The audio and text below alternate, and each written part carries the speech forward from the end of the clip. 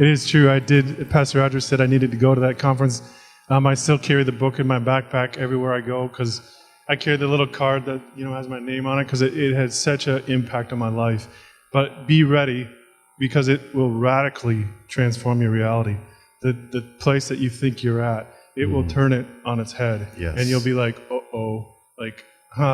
is this real? Yes. Like, do I follow this? And you will make steps in your walk in this world that are impossible to do otherwise through it. So truly invest the time. It's a fantastic place, and it's life transforming. But actually what I was going to talk on is the revival thought for me. I don't know how many people have been through revival in your own life or in church or in some setting. For me, it was when I was really young, 16 or something, and we all came up in front of our church. It was a little Baptist church, and we were all bawling our eyes out, because God had touched all of the youth group at this revival, and we were just weeping, and everyone was just like out of control, sort of. And there was so much of a system of like, later we tried to reinvent that, because we felt like there's such a connection in that revival that we wanted to have some part in it, Mm-hmm. like we wanted to be able to recreate it, I think, in our own heart. And so it was like we kind of tried to make those steps, sort of like Tim was saying, like, hey, maybe we can do this, this, and that, and then we can have revival. But it's like, what we don't understand, I don't think, is that revival is just truth. Yes. It's just the kingdom truth lived out in our lives. That's it.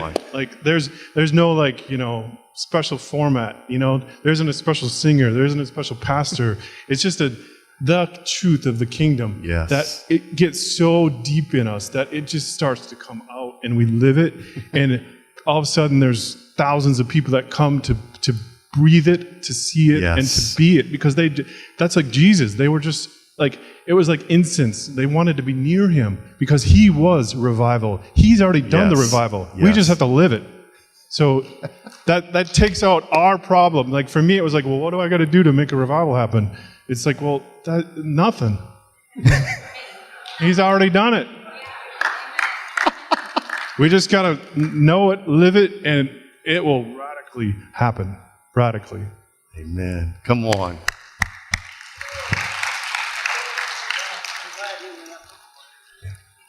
Mike, will you come down also? Yeah. I'm really glad he went up before me because I'm going to piggyback on what he said.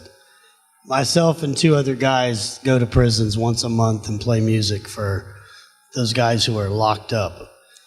A man named Daryl Nash travels with us and speaks every so often. And he said something yesterday that God was telling me back here. I'll get to that in just a second. He said, he told these guys, you feel like you're locked up, but if you've already accepted Christ, locked up doesn't define where you are. And he went on to tell them, God has set you free already. You can be locked up behind a prison gate, but you're more free than you've ever been. Yes. And you need to share that with those who are locked up and don't know that. And as I was sitting back there, I felt like God was saying, go up there and tell some people in here right now feel like they're locked up and they're not behind gates. Come on.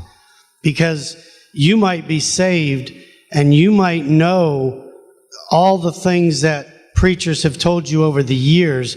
But if you're like me, Roger poured grace into me for 12 years before God said, remember all those words that Roger taught you?